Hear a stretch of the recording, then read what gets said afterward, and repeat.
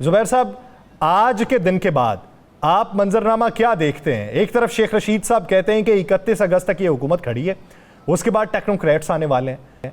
उनकी इस बात के अंदर किस हद तक वजन मौजूद है? मेरे नहीं तो वजन है, वैसे तो जाहिर है मैं और आप तो आगे जब कुछ क्या प्रिडिक्ट कर सकते हैं। पाकिस्तान में असल में इतनी अनप्रिडिक्टेबल चीजें होती हैं कि शेख रशीद हमेशा से इस किस्म के बयान देते हैं। मेरा नहीं ख्याल है कि ज्यादातर उनके जो बयान होते हैं वो सही साबित होते हैं। और कोई मुझे एक तो अगस्त तो चल रहा है, अभी 12 तारीख तो हो चुकी है, तो अब कैसे कोई कह सकता है कि अगले 15 दिन में टेक्नोक्रेट की हुकूमत बनने की चीजें होंगी। तो मैं नहीं समझता कि उनकी बात में वजन है उस तरह से। कोई ऐसा कोई इस वक्त मतलब गवर्नमेंट के पास इतना दिखाने के लिए नहीं है, लेकिन ऐसा भी नहीं है कि वो बिल्कुल ही कुछ दिनों में गिरने वाली है और टेक्नोक्रेट की हुकूमत बनेगी। टेक्नोक्रेट की हुकूमत बनने के लिए तो काफी माहौल डिफरेंट होना जरूरी होगा, क्योंकि वो एक उसका तो कॉन्स्टिट्यूशनल आईनी उसका क्या बैकग्राउंड होगा, क्योंकि पाकिस्तान के आइन के हिसाब से तो कोई टेक्नोक्रेट की हुकूमत नहीं आ सकती है। और उसके लिए तो जाहिर है सुप्रीम कोर्ट किस किस्म की इजाजत देता है या नहीं देता, कोई ना कोई तो चैलेंज करेगा। तो मेरा नहीं ख्याल है कि वो इतना आसान है टेक्नोक्रेट की हुकूमत आना। एक अगर हुकूमत चेंज होने का तो एक ही कानूनी तरीका है, और वो है कि वो पार्लियामेंट डिसॉल्व करते हैं प्राइम मिनिस्टर साहब, या ऑपोजिशन जो है वो वोट ऑफ नो कॉन्फिडेंस लेके आए। उसके बाद फिर एक 3 महीने का पीरियड होता है 90 दिन में इलेक्शन कराने का, उसमें आप क्या है कि जी टेक्नोक्रेट होगी या जो भी होगी। जुबैर साहब, एक तो गवर्नर सिंध की तब्दीली का बड़ा शोर मचा, मुस्लिम लीग नून के कैंपों से ही खबर दी गई और अहम तरीन कैंप से खबर दी गई, तमाम टीवी चैनल पर चली भी। उसमें अचानक आज ऐलान हो गया नहीं जी ऐसा कोई कुछ नहीं हो रहा। आप क्या समझते हैं, कोई तब्दीली हो रही थी, प्रेशर काम दिखा गया? मुझे जाहिर है 100% तो नहीं पता कि क्या था, बट कई दफा ऐसे भी होता है कि वो फीलर देते हैं टेस्ट करने के लिए कि रिएक्शन होगा या नहीं होगा, तो वो उसी हद तक करने की कोशिश की थी। वो जो बशीर मेमन साहब का नाम आ रहा था ना, उस पर तो मुझे इख्तिलाफ भी है, उस हद तक नहीं, उनकी पर्सनैलिटी के हद तक नहीं।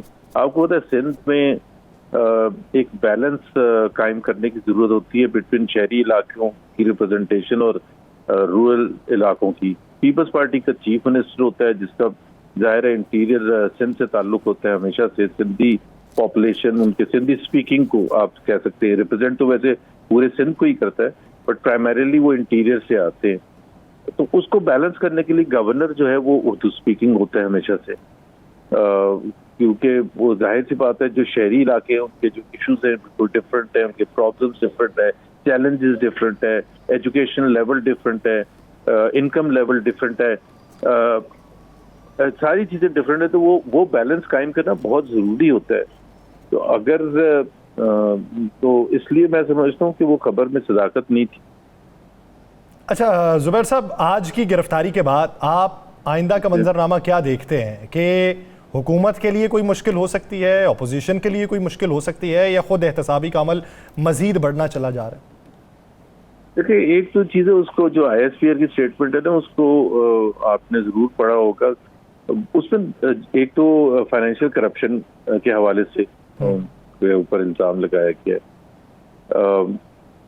एक जो दूसरी बात है कि जो दूसरा हिस्सा है कि जी उनको आर्मी एक्ट की खिलाफ वर्जी रिटायरमेंट के बाद जो उन्होंने की, अब वो एक बड़ी माने खेज है, क्योंकि फैज हमीद साहब का जो एक रोल था जो सियासी हवाले से था, कि सियासी इंटरफेरेंस के हवाले से था, जाहिर है मुझे और आपको तो सब उस चीज का पता है कि जी वो एक उनका रोल था। और वो रोल में जाहिर है इमरान खान भी उसका जिक्र कर चुके हैं कि जब हमें वोट चाहिए होते थे तो असेंबली में तो एजेंसीज की वो सपोर्ट लेते थे, तो वो उस हवाले से तो वो डिसमिस हो गया, उनके ऊपर एलिगेशन है ही नहीं।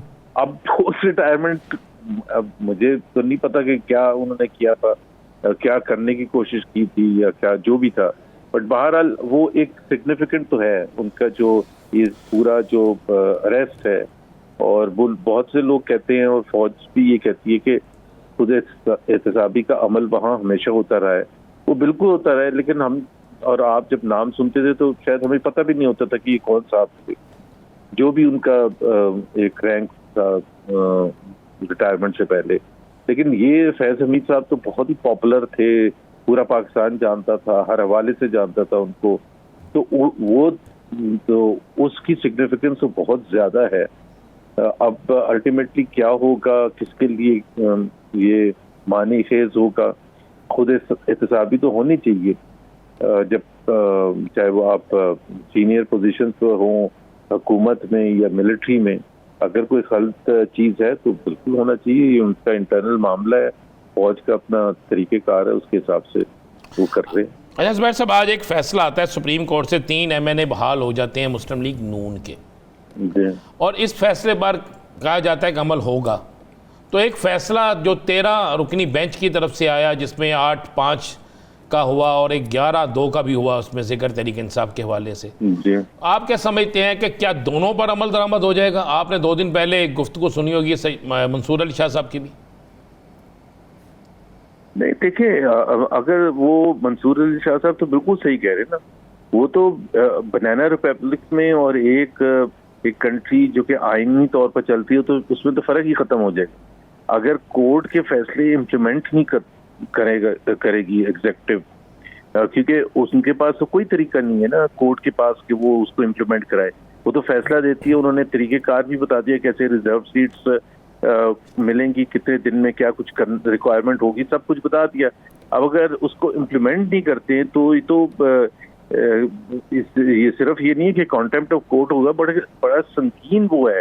फिर कल को अगर एक आम शख्स जो है वो अगर कोर्ट की कहने पर जो फैसले पर अमल नहीं करता, तो उसको आप कैसे ब्लेम करेंगे जब हुकूमत खुद नहीं करती। लेकिन इसमें मसला है, और मसला ये है कि ये पहली दफा नहीं हो रहा। पिछले साल पंजाब के जो इलेक्शंस होने थे 90 दिन में, उसमें हालांकि सुप्रीम कोर्ट का तो फैसला देने की जरूरत भी नहीं थी, वो तो 90 दिन रिक्वायरमेंट आइन में लिखा हुआ था, लेकिन सुप्रीम कोर्ट तो उस वक्त बीच में पड़ी थी जब वो नहीं करवा रहे थे 90 दिन। सुप्रीम कोर्ट ने फैसला दे दिया, नहीं करवाया, तो they got away with it. उन्होंने केपी में इलेक्शन नहीं कराया, they got away with it. तो ये 8-2 या 11-2 वाला जो भी फैसला है रिजर्व सीट्स का, वो अगर और ये तो ऐसा माहौल होगा। देखिए ना, नवाज शरीफ साहब को डिस्क्वालीफाई किया, उनको डिस्क्वालीफाई किया, यूसुफ रजा गिलानी को डिस्क्वालीफाई किया कोर्ट ने एज प्राइम मिनिस्टर, तो उनके पास उन्होंने उस पर अमल किया ना। ये तो नहीं था कि जी ये गलत है। मैं भी जुबैर साहब 2 दिन पहले यही बात कर रहा था कि जब वो डिस्क्वालिफिकेशन हुई थी, पार्लियामेंट तो अपनी थी ना, आप वहां पे तरमीम कर लेते, तरमीम करने के बाद डिस्क्वालिफिकेशन को रोक लेते, दूसरे दिन तरमीम कर लेते कि जी इस केस में नहीं निकाल सकते वो, और कहते कि जी रेट्रोएक्टिव अमल होगा। अगर रेट्रोएक्टिव अमल होगा वो तो फिर कानून तो फिर चल ही नहीं सकता ना, आइन के ऊपर अमल दरामद तो चल ही नहीं सकता। जैसे ही कोई फैसला आए और वो एग्जीक्यूटिव के खिलाफ हो, तो वो ये कह देंगे जी हम कोर्ट असेंबली में जाके वो तरमीम कर लें और वो रेट्रोएक्टिव हो जाए। तो मतलब ये तो मज़क्का खेज बात है। फिर उसका फायदा क्या है सुप्रीम कोर्ट का, हाई कोर्ट का फायदा क्या है?